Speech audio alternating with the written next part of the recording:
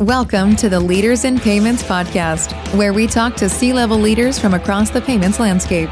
We'll be discussing the products and services that impact the payment space today, as well as trends and predictions for the future of payments. We will also hear stories from our guests about their journeys to the top.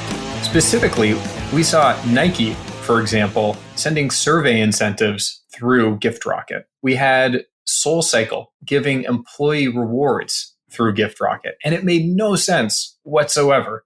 This was a consumer platform where that process was really, really difficult to manage and didn't give recipients a great amount of choice for what to receive. So we thought, hey, if they're willing to use this consumer platform, why don't we actually build some tools for them? There must be a real market need. And so that's how Tremendous was launched in 2018, solving that need of these companies that had been coming to us and using this consumer product.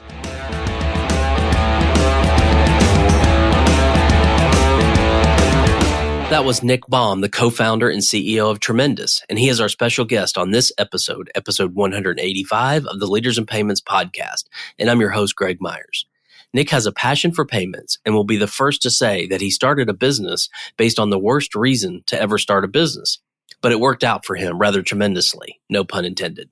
Tremendous is a payout platform that enables businesses to send money via prepaid cards and gift cards around the world.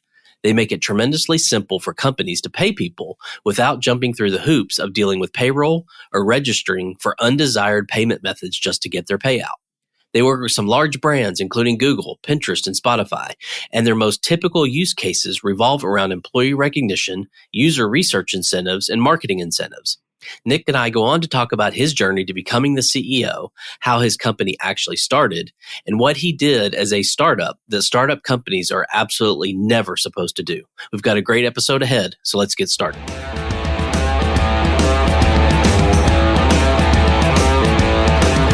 Hi, Nick. Thank you for being here and welcome to the Leaders in Payments podcast. Pleasure. Thank you for having me. Absolutely. So let's dive right in. Tell our audience a little bit about yourself, maybe where you grew up, where you went to school, where you currently live, a few things like that, and then we'll dive into your professional career a little bit later in the show. Sure. So I grew up on the West Coast in Berkeley, California, and got into, this will be relevant to the company, got into coding when I was pretty young. Started building programs in QBasic with a bunch of friends and really loved that experience. So when I got to college at Dartmouth in New Hampshire, went about as far as I could, while still staying in the continental United States. I studied computer science, which was extremely not in vogue when I was there. This was after the Web 1.0 crash, and it was very not cool. There were 8 other majors in computer science when I was there in my class, which has changed drastically over the years. I stayed on the East Coast for a little bit, worked in finance for 3 years, then hightailed it back west to start the company with one of my best friends from college and went through Y Combinator and took it from there. Sounds good. Well, let's talk about the company. Tell us what Tremendous does. Tremendous is a payouts platform enabling businesses to send money, gift cards, prepaid cards to people around the world. So we make it super, super simple for companies to pay people, especially low denominations. If a company just needs to pay someone $50, you'd think that would be a solved problem. But it's actually really tricky because you don't know necessarily where that person is, what they'd prefer, and you don't want them to jump through hoops that they would have to do to sign up for payroll, for example. We work with companies ranging from Google, Spotify, Pinterest for marketing incentives, user research incentives, employee recognition. So a really wide base of companies using the platform for all sorts of purposes. Okay. And is it a global company? So we have clients within the US. There are recipients all over the world. So a company might have 90% recipients who are receiving money within the US, but only 10% abroad is 90% of the headache. There's a huge challenge to pay people if they don't have the same currency as you, use the same language, and we help solve that major pain point for a lot of our customers. And is your business model SaaS-based or is it transaction fees? How do you make your money? So Tremendous is completely free. The client can sign up, start using it, There's no capital outlay. There's no monthly cost, no minimums, anything like that. So we make money on the transaction volume. We sell products, whether they be gift cards, Visa prepaid cards, where we're able to generate a margin off of what we sell to our clients. Is it typically Visa or could it be MasterCard and others as well? MasterCard is in the mix too. So we have a very, very large catalog. That's one of the key points, is giving recipients that choice of different options, because companies are sending incentives at such scale, thousands or tens of thousands of payouts per year, which can be millions or tens of millions of dollars. And when you're dealing with that many people, you want a huge breadth of options for them, because every individual for whom you don't have their preferred payout option, that's going to be a support ticket. So we have Visa cards, MasterCards, PayPal, bank transfer, Venmo, gift cards in the US, gift cards abroad, charity donations, with the goal of giving the option that a recipient wants, no matter where they are, what they prefer. And are there certain verticals that use your product more than others? Research is a big one. So that can be market research companies or user research teams. So for example, we work with Spotify. They have a user research team that's in the US and abroad, and they need a way of tracking and managing that process of paying their users who also span the globe and have different payment preferences. So user research, market research, academic research. We work with marketing incentive programs too. So we work with many companies. For example, Google Fiber runs a referral program where if you refer a friend to sign up for the product, you'll receive your reward through Tremendous. And we also work with employee recognition is a big one as well. So giving employees a nice little bonus, maybe at the end of the year, some type of gift, and doing it not through payroll, giving it some level of presentation that's suitable for the occasion. Okay. And you mentioned typically the average ticket or the amount is lower. So is that just because that's the niche you decided to focus on? Because I know there's there are payout companies who focus on insurance and things like that. So is that just because you saw a need and it happens to be this niche? So we saw the opportunity being one-off payouts, non-recurring. And those are typically lower value. We work with plenty of companies where the average amount is actually in the hundreds or maybe even low thousands of dollars. But the vast majority of our clients are doing use cases that are ranged 40 to 60 bucks. And that's really the challenge, where if you have a recipient that's receiving $1,000, they're much more likely to go through the process of engaging with your payroll system or signing up for PayPal. But if you have a large number of recipients, they're probably not all willing to jump through the hoops necessary of getting a transfer to their bank account. So that's really the sweet spot for Tremendous.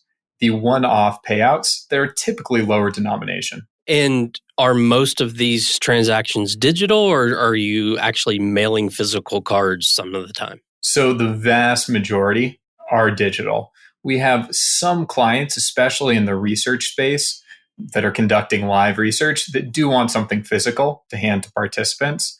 But I think well over 95% is digital. How did the business do during the pandemic? I assume it probably was not a headwind, so maybe it was a tailwind. It seemed like it would be one or the other, but how did the pandemic affect the business overall? We continued to grow throughout the pandemic, and there was certainly increased demand for use cases like employee recognition during that time. There were more folks who were trying to send digital rewards.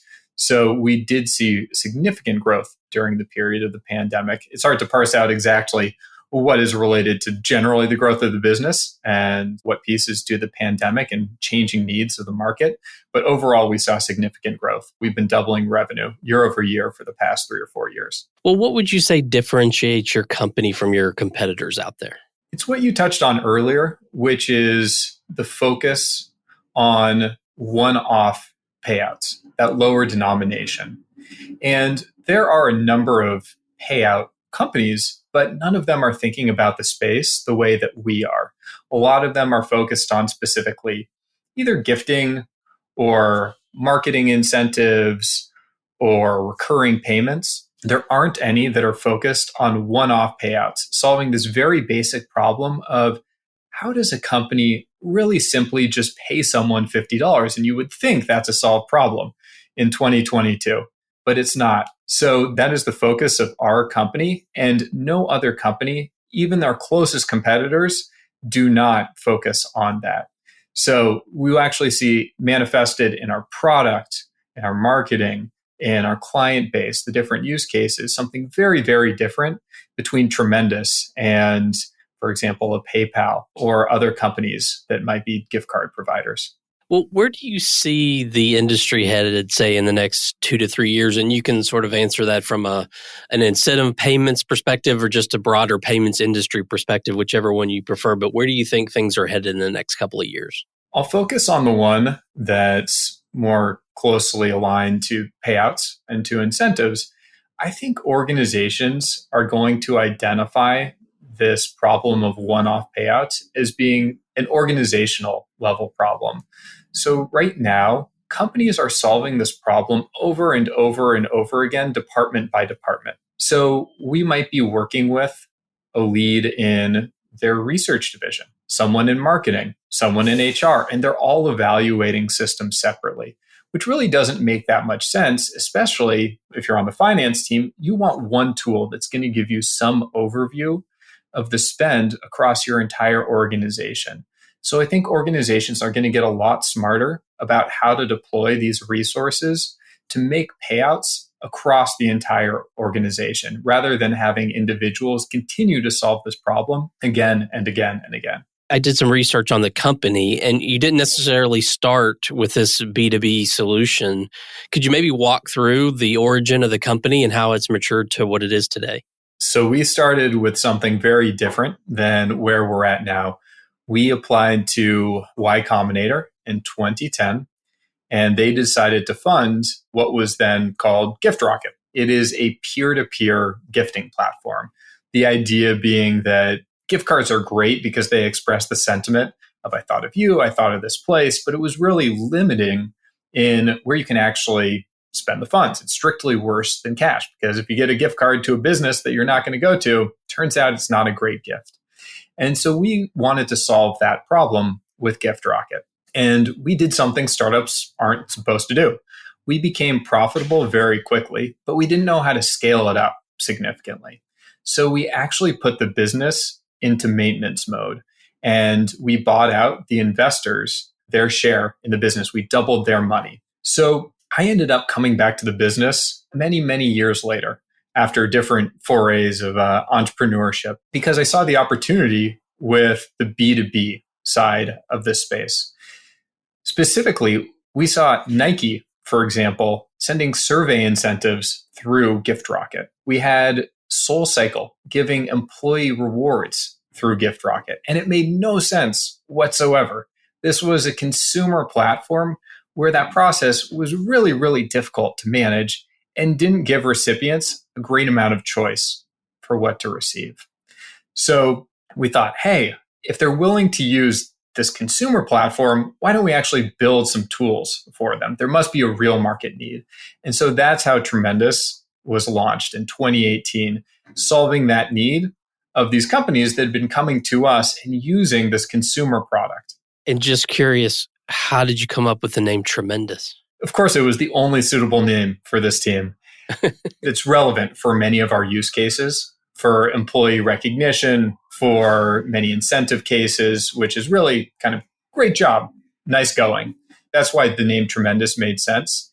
But we got the actual domain, tremendous.com, which entailed emailing. Well, I emailed just about everyone who owns a domain on the internet. It took a while, but we found the right name at the right price, and that's how we're tremendous.com. Yeah, I was very impressed that you were able to get that domain name. Thank you. I made a few friends along the way of emailing all these owners, so it was worth it. That's awesome. Let's switch gears a little bit and talk about you. And you've talked a little bit about this throughout, but maybe walk us through your journey to becoming the CEO there. So maybe just pick up after college, you went out in the corporate world, maybe pick up the story there and bring us up to where you are today. It was a relatively short journey. I worked in the corporate world for 3 years. Those years felt longer than 3 years, but worked in finance. And I was building algorithmic trading models for a fund in Boston.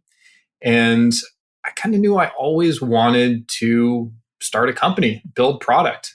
And I looked back to what were some of the most fun times I had. And I thought about being a kid and programming with some of my friends, having these projects, having friends use what we built.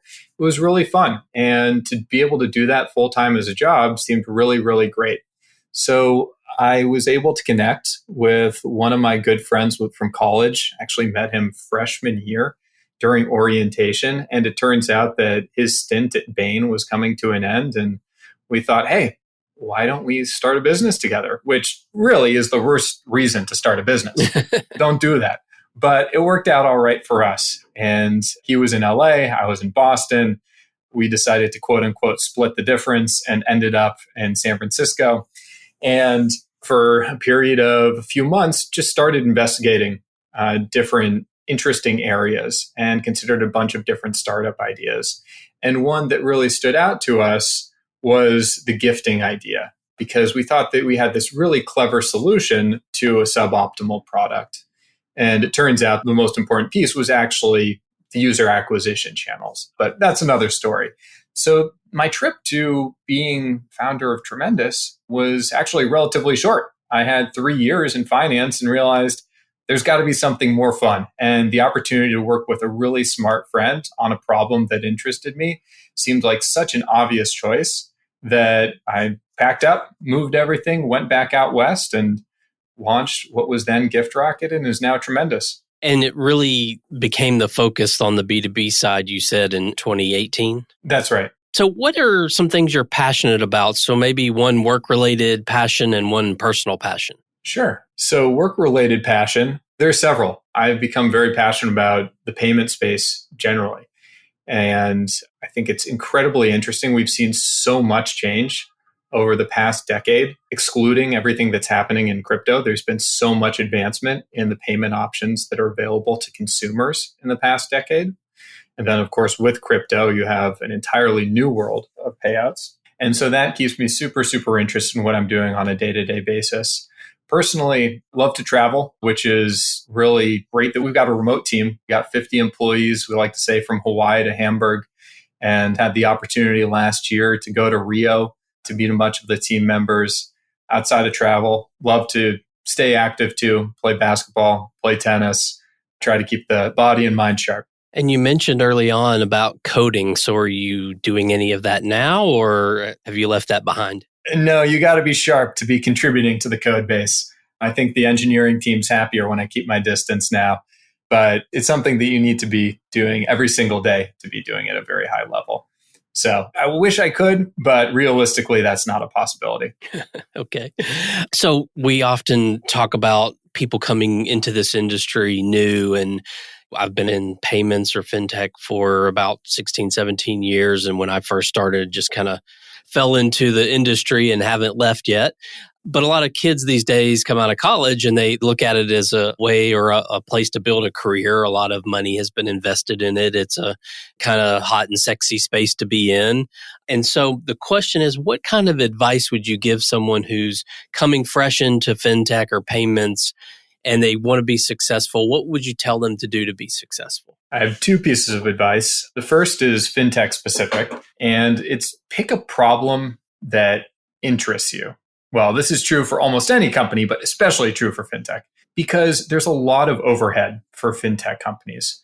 There's regulation that you have to deal with. So you're going to have to invest in legal. You're going to have to invest in compliance. It's not easy to pivot and change what you're doing. And also, oftentimes, you need massive scale for companies to be successful in fintech, given low margins. So choose something that engages you, that's going to interest you for a long period of time to give you that window to be successful, because otherwise, you're not going to have an easy time pivoting. And two, talk to customers. Ideally, you'd be building both product and doing sales at the same time. It's a really virtuous cycle. And if you're able to build product and do sales, you'll be unstoppable, because you'll be able to craft product to the feedback of your customers and be able to iterate quickly.